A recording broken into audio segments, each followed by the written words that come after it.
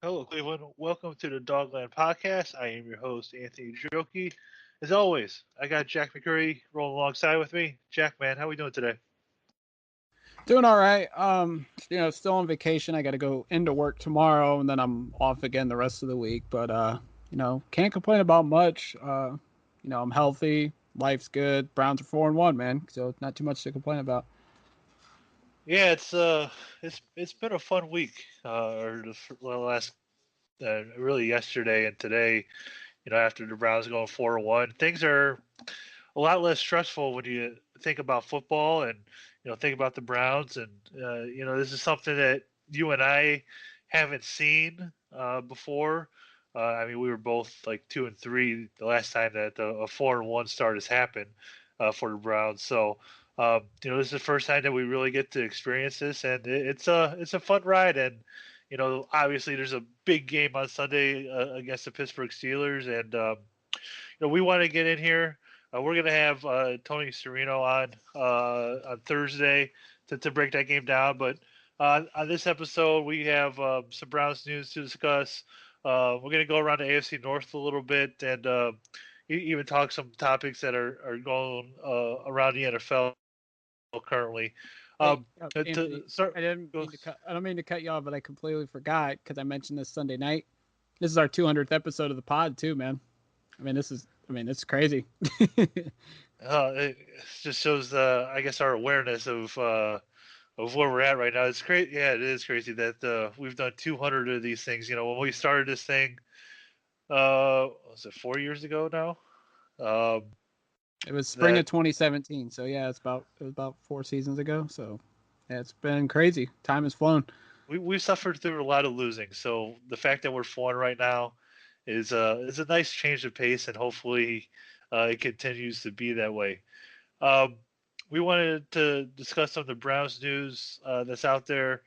And Jack, we're going to start with Greedy Williams, who the Browns placed on injured reserve on Monday with a pinch or just a nerve damage in his shoulder. It's not a pinched nerve; it's just nerve damage in his shoulder.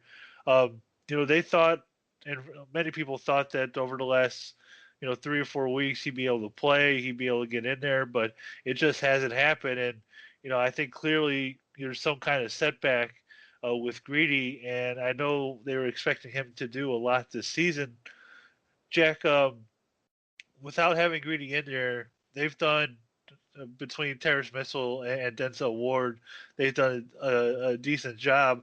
But now, for the foreseeable future, Greedy's not going to be there. So, how do you think this secondary, who has been hit hard with injuries all year long, is now going to have to continue to not have one of its projected starters at cornerback? Yeah, it's really disappointing that we may not see Greedy Williams at all this season. I know Kevin Stefanski and even Adam Schefter reiterated that they're hopeful he'll come back. He doesn't need surgery, which is a good thing. Um, but it is disappointing because Greedy was one of these guys that everybody was going to keep an eye on, see if he was going to be able to have a bounce back second year after a rookie year in which he struggled. But who knows? And now his future will be even more in the air because the Browns could be in a situation next year where Mitchell will be a free agent, Kevin Johnson will be a free agent, and the Browns could be in a spot where they draft another corner. Especially because there are some talented corners coming out in the 2021 draft. So definitely going to be something to keep an eye on there. Um, you know, it's interesting that this could be why the Browns didn't place him on IR at the beginning of the year because they were probably hopeful that the nerve damage would heal up in time, and they didn't feel like maybe they had to put him on injured reserve. Now they're in a situation where they they felt they had to maybe shut him down because maybe they were trying to get him to work through it or see if he could rehab it. Now they might just be shutting him down just to see if it'll heal on its own with more time, and if not, they'll take the next step. But definitely disappointing. Greedy was one of the guys I was definitely keeping an eye on coming into this season, but now it's just kind of sit and wait. But it's not a major loss because Terrence Mitchell's played well. Kevin Johnson has slid in comfortably into that nickel role. we've seen flashes from other corners as well. So, and of course we have Denzel, who's one of the best in the game. So, all is not lost, but it's unfortunate that we won't get to see Greedy for some time now. Yeah, thank goodness there's a little bit of depth there with Ward and Crew, at least at cornerback. Those um, they've played well as a unit. I know the rest of the secondary really hasn't, but they've kind of held it down so far, and hopefully, knock on wood, nothing else happens to where they be really put in the bind. But they're not going to have Greedy for the foreseeable future. Another guy they're not going to have for the foreseeable future is Garrett Gilbert, who signed with the Dallas Cowboys. Gilbert was on the Browns practice squad after being cut after during the roster cutdowns back when those got trimmed, and so he heads to Dallas, and now I would imagine they'd have to find a practice squad quarterback unless they have a second one on there that I'm forgetting at the moment. But you know, I Dallas obviously lost Dak Prescott probably for the season, most likely for the season, and so they're more likely he'll be Andy Dalton's backup for the foreseeable future down in Dallas. Yeah, I mean, all the NFL teams have had the ability to protect guys, but the day after games, typically Monday, teams have that window to where they can snatch guys off the practice squad. And Dallas obviously took that uh, moment and signed Garrett Gilbert to have as a third quarterback. He might end up being the backup, like you said, to Andy Dalton. It's unfortunate because he had that connection with Baker Mayfield. They're from the same town, went to the same school. And the fact that the Browns had protected Gilbert each of the first few weeks of the season showed that they, I think had a vested interest in him to keep him around as an extra arm just in case. Especially this week, it's kind of concerning because Baker has that rib injury. He was shaking his hand a little bit when he took some of them hits late in the game on Sunday. Maybe that would have been a situation where they call him up to potentially be an emergency quarterback had Baker for some reason wouldn't be able to play, although he's going to, and they'd have to throw Keenum out there. So I think it's a hit for the Browns, but like you said, maybe they go out and find somebody else to sign to the practice squad. They did have, I think his name was Davidson during training camp. Maybe they bring him back. So, I mean, we wouldn't have seen Gilbert probably this year, but obviously the Browns had some kind of trust in him that they kept him around on the practice squad.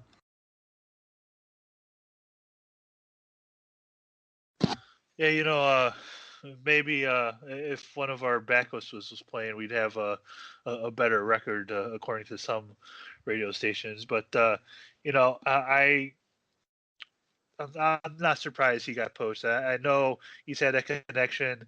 Really, the Browns are extremely comfortable having Keenum as a backup. They gave him quite a bit of money, so um, they'll be able to find somebody to stick on there on the practice squad at some point. Um, Going around the AFC North, is something that we wanted to do on this podcast and kind of look at the current situation because right now, Jack, there are three teams in the AFC North that are really fighting for that top spot with the Baltimore Ravens, the Pittsburgh Steelers, who still haven't lost a game yet, and the Cleveland Browns. And when you look at these three teams, um, a lot of people thought going into the season that there's a possibility with the expanded playoffs that these three teams could get into the postseason. And right now, if the season were to end today, that would be the case. Um, Jack, are we surprised by um, the amount of wins that the AFC North has piled up to pretty much be the best division in football with the Browns, the Steelers, and the Ravens?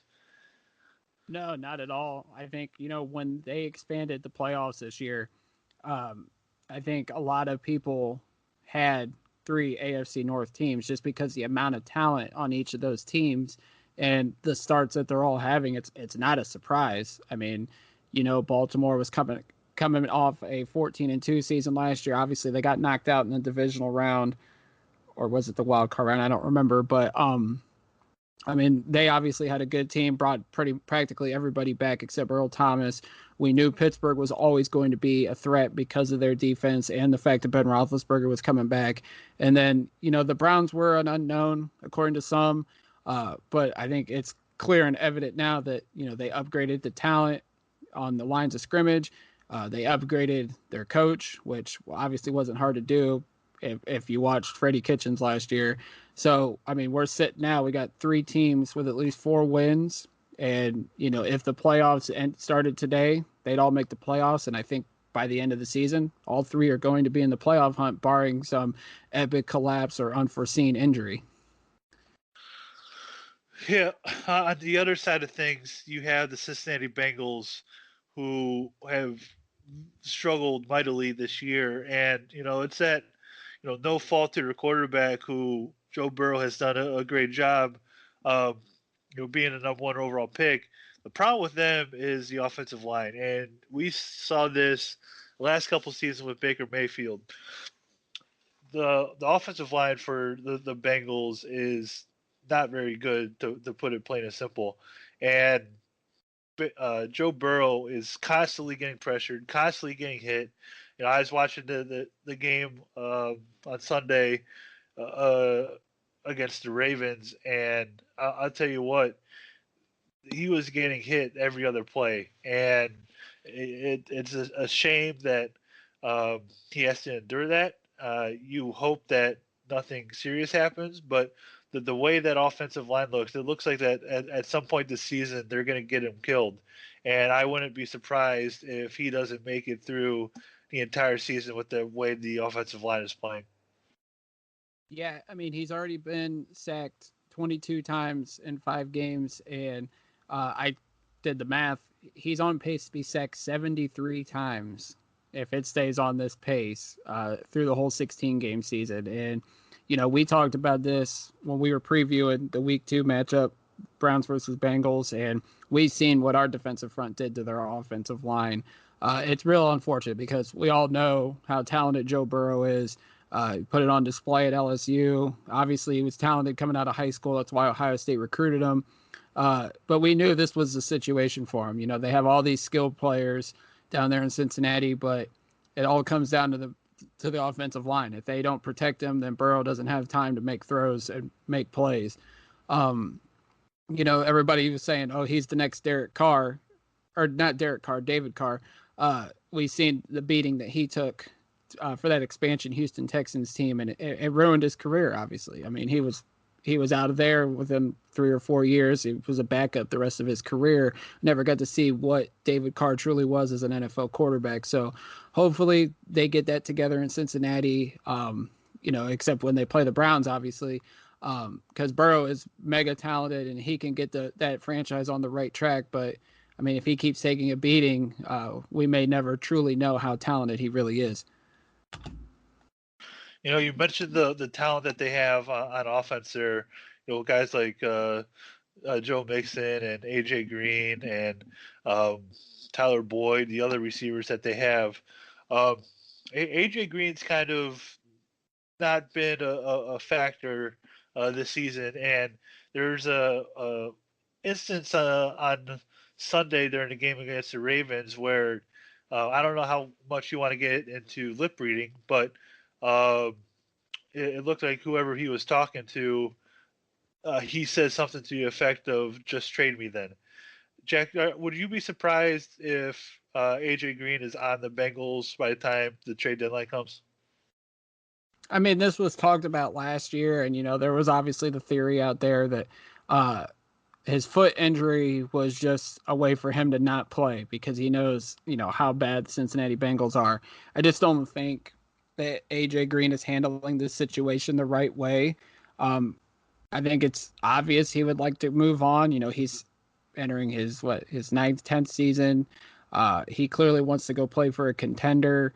You just don't do business this way. I know it works. It works for some, but like Le'Veon Bell and Antonio Brown, but you obviously see where they're at right now in their NFL careers. One is about to get traded for, nickels and pennies, and the other one's out of the league. So I mean, could I see AJ Green moved? Maybe. He's got a big contract, big cap hit. Would be interesting to see who would be interested in him and where he potentially fits. But unfortunately, I think he's stuck in Cincinnati at least through this season, and then he can sign with someone else when he becomes a free agent this offseason. We know that ownership down there doesn't really like to move players like that, especially ones that are on heavy contracts. So, I would definitely not be surprised if he's on the Bengals after the trade deadline, but it certainly wouldn't shock me if they're able to find somebody to take on that contract and get some draft capital in return. It's not going to be much, but I wouldn't be surprised if they just decide to go ahead and move on from him. The team that they played on Sunday, the Baltimore Ravens, are continuing um, to have a fast start. They only have one loss on the season, and the Ravens, while looked impressive defensively against the Bengals. They kind of struggled a little bit on offense. I know they put up quite a bit of points, but it was a struggle on Sunday for Lamar Jackson to get things going. Um, we saw this early in the season last year for the Ravens where they struggled to get things going, and after 5-6 weeks, everything just clicked and it propelled them all the way into the playoffs, where they eventually lost to the Tennessee Titans. Do you feel that things will get clicking again for this Ravens offense to where they could be as dominant as as dominant as they were last season? Yeah, I think so. I think part of that could be just trying to get Lamar to throw more, and I think they're trying to showcase his abilities as a passer. And while Lamar can throw, that's obviously not the strength of his game. The strength of the game, and obviously the Ravens offense, is the running game. And while I think Lamar wants to prove to people that he can throw and he can be one of these elite passers in the league, you got to keep rolling with what got you to this point. And what got you to this point is obviously the running game. And while they are still putting up great numbers, 161 rushing yards per game, and obviously you have three talented backs back there in Ingram, Edwards, Dobbins, and obviously we know Lamar's ability as a runner too. Just keep doing that. And when you keep doing that, the passing's going to open up. And I think also part of it is, you don't really have a serious threat at wide receiver or even tight end, even though Mark Andrews having a great season so far, 222 yards, 5 touchdowns. You have Marquise Brown, but is he really a legit number one threat? I would say no. So I think, if they want that passing game to open up, they may need to go out and find a legit number one receiver. Maybe they call Cincinnati and ask them what it will take to get AJ Green. Wouldn't want to see that as a Browns fan personally, but they were linked to Dez Bryant. They were linked to Antonio Brown during the off season. I think they were even linked to Josh Gordon at one point, and he's already re-signed with the Seattle Seahawks, and obviously he's waiting reinstatement. But if the Ravens want to prove, and Lamar Jackson wants to prove that he can be one of these elite passing quarterbacks, they may need to go out and get that legit home run threat at wide receiver, because I just don't know if Marquise Brown's really going to be that guy for him long term. Um, Speaking of wide receivers, the team that the Browns play on Sunday, the Pittsburgh Steelers, their rookie wide receiver Chase Claypool scored 4 touchdowns in their win over the Eagles. He had 3 receiving touchdowns, and he ended up getting another one on a run. Jack, it just seems that Pittsburgh year after year um, is able to find talent in the draft in that wide receiver room, whether it's Antonio Brown or it's Juju Schuster, whether now it's this year with Chase Claypool. I know there was a lot of talk that Claypool could move to tight end during the draft process, but the Steelers have found a very good way to utilize him, and you saw that with the incredible production that he had in the Steelers win on Sunday. Yeah, I mean, I was amazed by him, and I think he was a tight end at Notre Dame, but they have converted him to a wide receiver, and I mean, he's getting off to an unbelievable start. I mean, and this is something I think we should definitely talk about with Tony later this week. Uh, the Steelers, and you mentioned it, they just keep churning out wide receivers year after year. And, there's the talk in Pittsburgh, are they going to extend Juju Smith-Schuster? Well, honestly, you're looking at it right now. You won't need to. You have James Washington there, who's, practically their fourth receiver right now. You got Deontay Johnson, who many think is another star in the making at receiver. Uh, Claypool, obviously. And they had a guy on Sunday, Ray McLeod. He's 24 years old. He was making plays as both with jet sweeps and all that. So that could be another wide receiver they have in the making. But they just continue to churn them out. I'm fascinated to see like what they do in terms of developing wide receivers because that would be something that maybe the Browns need to implement for when Landry and Beckham hit the backside of their careers. The Browns have wide receivers to step up and start contributing after they're gone. So, uh, you know, Claypool is a stud. Hopefully, the Browns are developing a solid game plan to shut him down on Sunday because he's definitely probably their biggest threat on offense right now. I think the thing with Pittsburgh, and I agree that we should talk to Tony about this on Thursday, is the thing about what Pittsburgh always does so well is they draft guys 2 or 3 years in advance of the person they're going to be replacing. It's not often where you get a rookie like Claypool in there and make an immediate impact for the Steelers. And I think that's what makes the situation very different.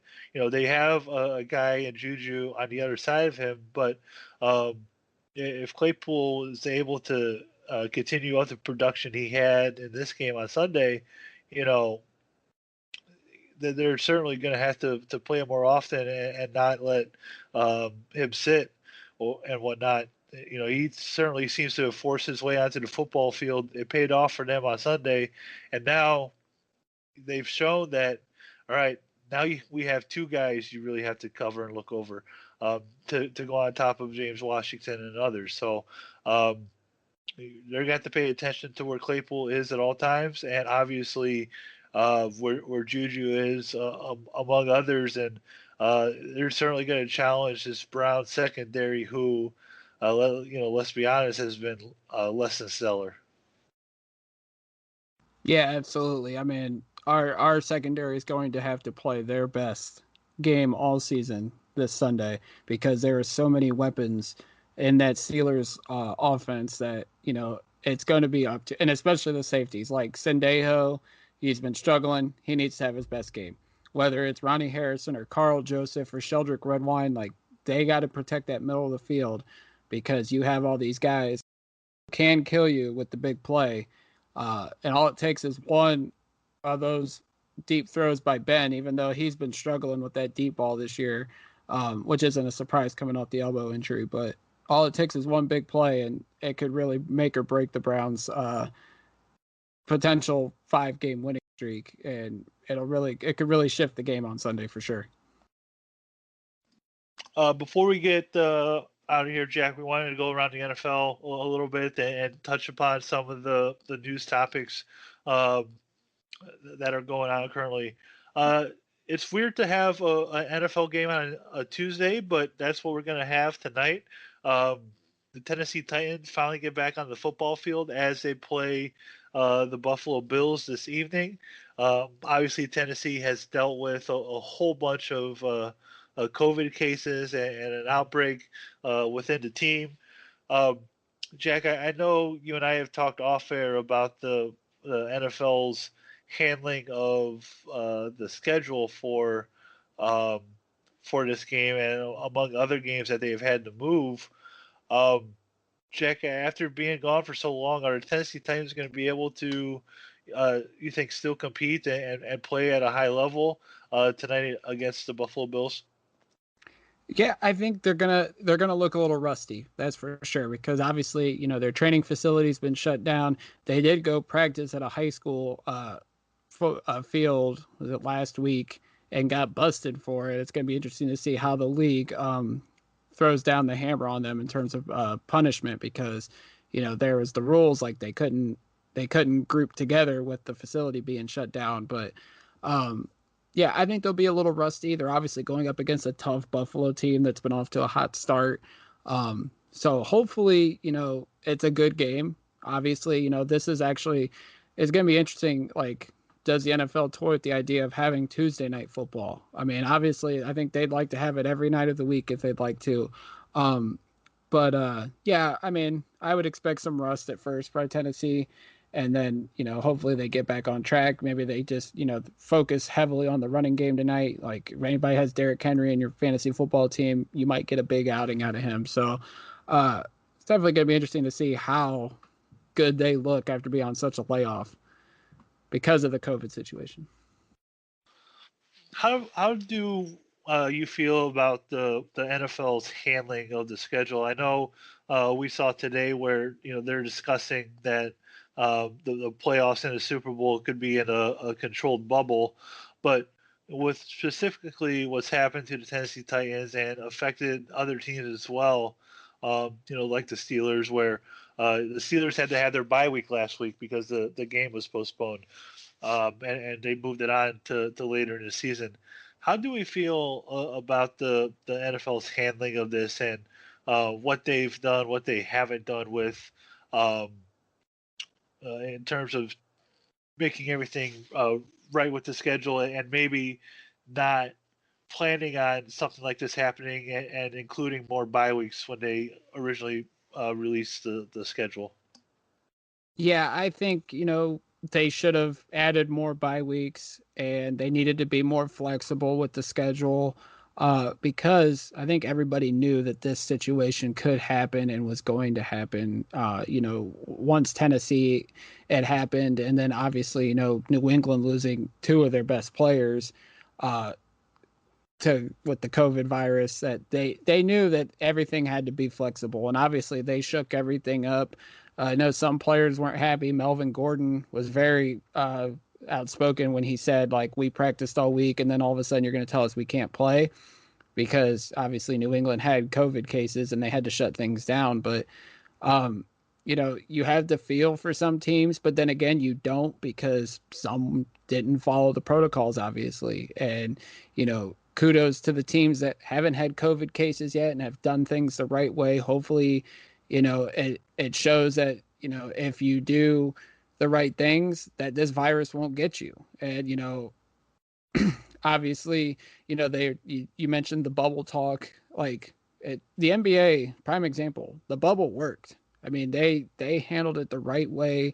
Yeah, players had to be away from their families, coaches had to be away from their families, media that was able to be in the bubble had to be away from their families for 3 months, but things got handled the right way. There was no hiccups, and they finished the season.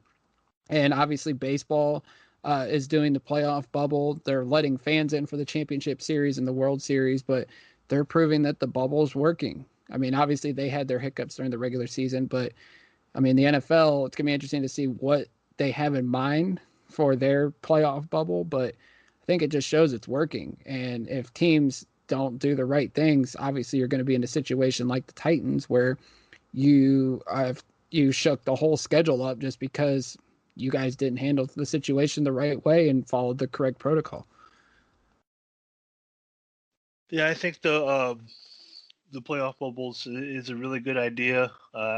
That's something that I think should have been a possibility from the get go of the season.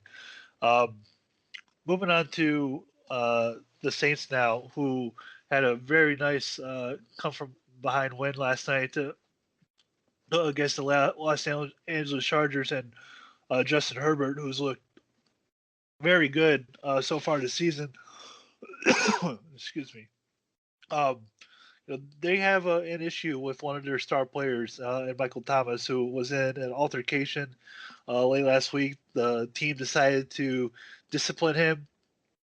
Much like AJ Green, maybe Thomas, with the things that have gone on there, could be facing being put on the trading block. Is that something that you could foresee, Jack?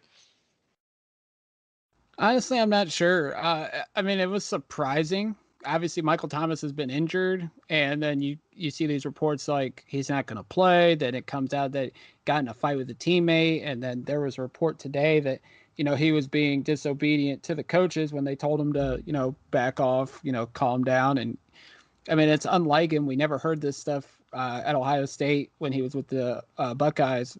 But do I see them trading him? Maybe not yet. Maybe if it keeps continuing this way.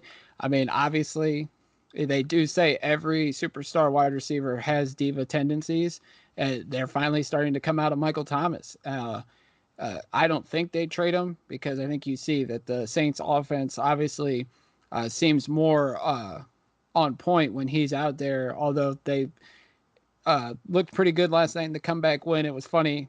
I had said in like the first half, I said, this is the week where we finally realized Phillip Rivers and Drew Brees were washed.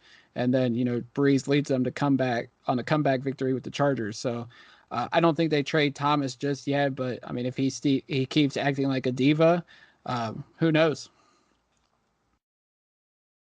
There's also been two teams that have made head coaching changes. One is the Houston Texans, who fired Bill O'Brien, and the Atlanta Falcons, who fired Dan Quinn.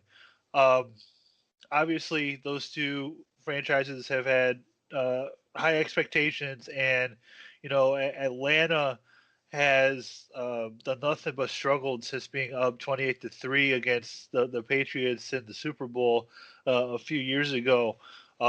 Ever since then, things have just gone completely downhill for the Falcons, and with the Texans, that's going to be an interesting situation because whoever comes in there, the new general manager, new coach, they don't have a first or second round pick in next year's draft, and you would tend to think that players on that team, um, maybe besides maybe besides like Deshaun Watson, um, everybody's touchable. I would think in terms of trades and um, being moved, and that's certainly something that could happen.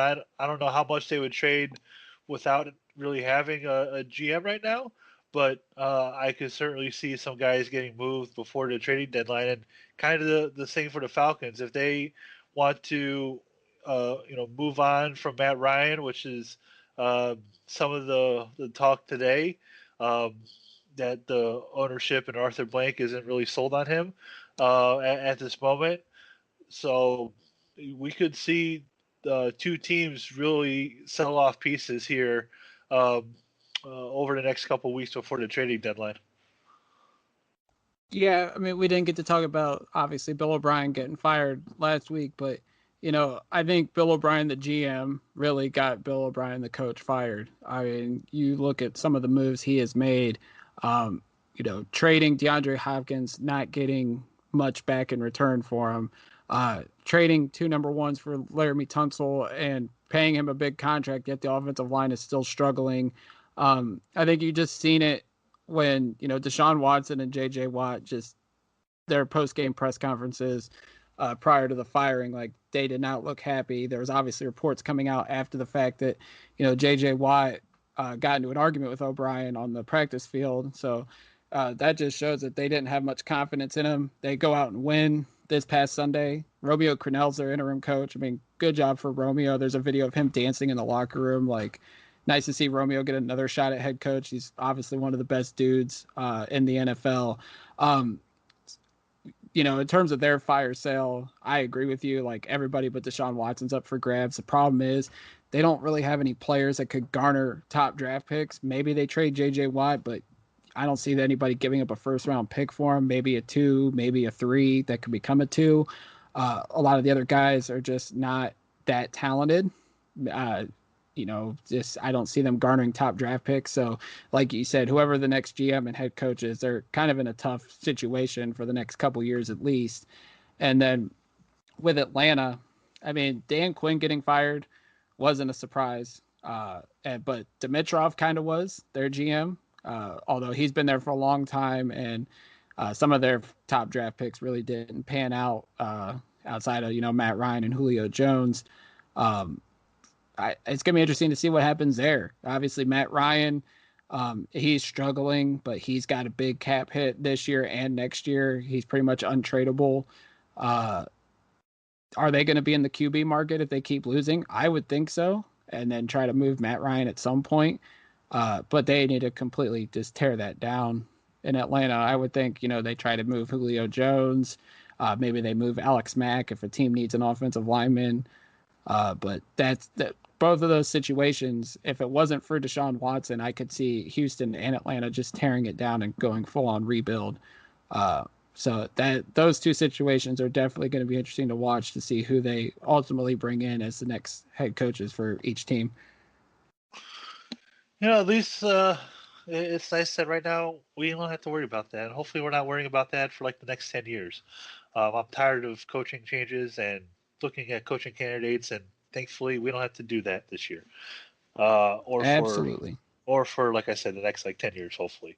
So Now we're just waiting on the Jets, and when are they finally yeah, going to fire Adam Gase? yeah, that one is certainly the next one. I would think would come down. Is there any other um, coach you think is on the hot seat to where they could join the Falcons and the Texans and eventually the Jets and looking for a head coach? uh, Off the top of my head, I mean, Jacksonville seems like a next one that could likely happen. Does the Giants fire Joe Judge if like they're 0-5 right now? Are they? I mean, Joe Judge was kind of a shocking hire at the time. It was Patriots special teams coach. No one really knew about him. Like he could be one, and I feel like at that point you would fire him. You might as well fire Gettleman and start over.